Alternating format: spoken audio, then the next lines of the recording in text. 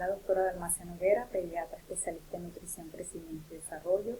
Y siguiendo con el video anterior, vamos a hablar el día de hoy sobre cómo los niños aprenden a comer. Entonces, con algunos elementos importantes a considerar, donde observamos que los primeros años de vida se caracterizan por un gran crecimiento, desarrollo y maduración. Estos elementos son muy importantes en esta etapa de la vida, donde el crecimiento se caracteriza por hiperplasia e hipertrofia, es decir, la aparición de nuevas células y el crecimiento de esas nuevas células.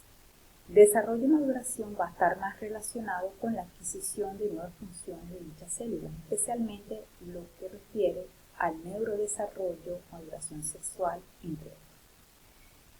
Este periodo, generalmente los primeros 1000 días del desarrollo, es una etapa de gran riesgo y vulnerabilidad. Lo que se haga o lo que se deje de hacer en esta etapa va a dejar un recuerdo, una impronta de consecuencias positivas o negativas a largo plazo. Por lo tanto, la primera infancia es una ventana crítica y de oportunidades para establecer preferencias alimentarias y hábitos y conductas saludables. Tenemos así entonces que diversos autores, como los mencionados en la lámina, los comportamientos alimentarios establecidos durante este periodo temprano se van a mantener en la adolescencia y la vida adulta.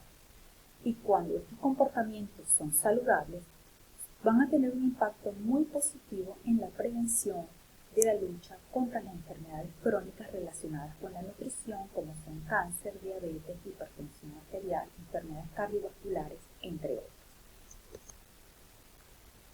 Es así entonces que el viaje del aprendizaje de los alimentos se va a caracterizar por un momento en que el niño es completamente dependiente de los cuidadores para alimentarse.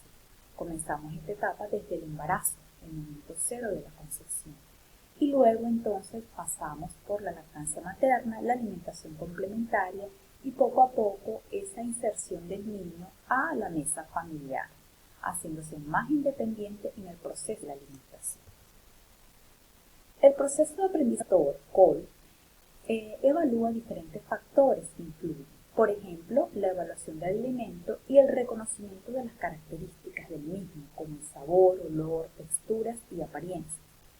Cómo es el origen y la preparación de los mismos, en qué contexto se consume dicho alimento, momentos, ambiente, cantidades, combinaciones de los mismos, cómo se comen los alimentos. Esto está más relacionado con las habilidades orales, motoras del niño para comer, la regulación de la ingesta de alimentos, es decir, hambre, apetito y saciedad, y la etiqueta que se le da a diversos alimentos, si los etiquetan como saludables, no saludables, o algún nombre específico que la familia les coloque.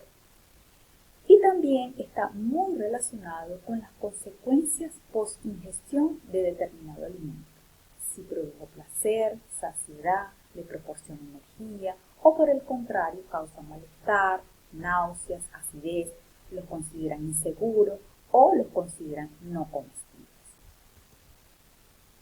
Tenemos entonces que podemos distinguir 4 procesos en el desarrollo del aprendizaje, los cuales vamos a enfocar básicamente en el proceso de alimentación. Existe el aprendizaje por familiarización, que es la exposición repetida, el aprendizaje observacional de la elección de los alimentos, que es lo llamado modelaje o ejemplo, el aprendizaje asociativo o a través del aprendizaje en sabor-nutriente y sabor-sabor, y el aprendizaje por categorías o analógicos. Vamos a comenzar entonces con el aprendizaje a través de la familiarización o de la exposición. Se presenta un estímulo, que va a ser un alimento, y a través de la exposición repetida puede aumentar el gusto y la preferencia por dicho alimento. Los trabajos reportan que se necesitan por lo menos de 10 a 15 exposiciones de ese alimento para favorecer la predisposición del niño para comer, en un periodo que varía, puede ser de varias semanas a meses. Este proceso de aprendizaje es muy importante en las primeras etapas de la vida, en las etapas tempranas, podríamos decir en los primeros 36 meses de vida. y puede manifestarse o puede presentarse en varias formas.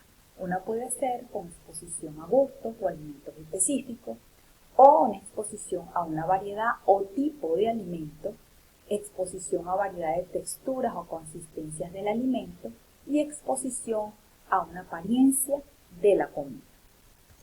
Con relación a esta última, impacta mucho lo que sería la parte visual. Entonces, influye por lo tanto cómo se presenta ese alimento, la apariencia del mismo, y esto va a favorecer la disposición del niño, por lo menos para probarlo. También nos puede ayudar como algo preliminar, imágenes, mapas, dibujos de ruta, juegos, especialmente lo relacionado con lo que tiene que ver con frutas y vegetales, que son los alimentos que generalmente no son aceptados inicialmente por los niños. El otro modo de aprendizaje es el aprendizaje observacional, también llamado aprendizaje social o modelado. Implica la observación e imitación del comportamiento de las personas que comen con un niño. Los niños, por naturaleza, tienden a imitar, moderada por la cualidad emocional que va a existir entre esa persona que está acompañándolo y el niño. Estos cuidadores o estas personas que lo acompañan pueden ser los adultos, especialmente la madre va a tener un impacto muy importante, o sus pares, compañeros, hermanos. Esa cualidad emocional va a estar determinada por algo que se llama la alimentación perceptiva, es decir, el vínculo emocional y de reciprocidad que hay con las personas que lo acompañan. Los padres, por lo tanto, son modelos muy influyentes en todos los aspectos de la crianza. Recordemos que no solamente la alimentación va a ser un proceso aislado, sino que tiene que ver con sueño, actividad física, actividades escolares y todos los elementos y rutinas que tiene el niño en su día a día. Las comidas de los niños entonces toman cada vez más un lugar en el contexto familiar, y esto es muy importante porque el aislamiento no va a favorecer el aprendizaje por observación. El otro aprendizaje es el aprendizaje asociativo, que se presenta un estímulo que generalmente va a ser un alimento que ya es aceptado por el niño con otro alimento que es el alimento nuevo o rechazado.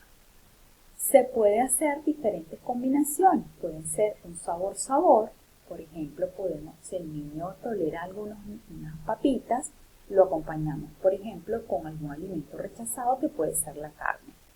En ese caso, el alimento nuevo o rechazado se presenta con muy pequeñitas cantidades, incluso puede ser en un platito aparte. La otra combinación puede ser sabor-nutriente. Muchas veces, por ejemplo, queremos que el niño empiece a consumir fibra, pero no lo logramos porque tiene una alta preferencia por los jugos. Entonces podemos recomendarle a las madres que presenten el alimento que queremos, por ejemplo la fruta, y además de eso, un poquito de jugo al lado, para que el niño haga la asociación de que ese jugo viene de esta fruta.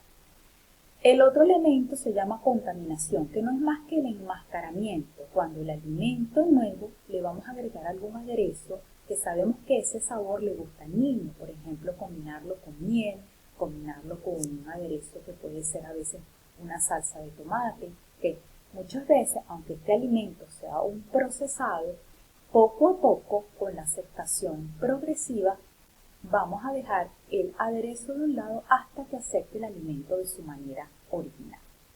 Y finalmente, en el aprendizaje asociativo, la recompensa, asociar un determinado alimento con una recompensa que generalmente debería ser algo positivo, un elogio, un abrazo, sticker, calcomanía, ¿sí? O compartir con el niño un juego posterior a la ingesta del alimento. Y finalmente, entonces tenemos el aprendizaje por categorización o analógico.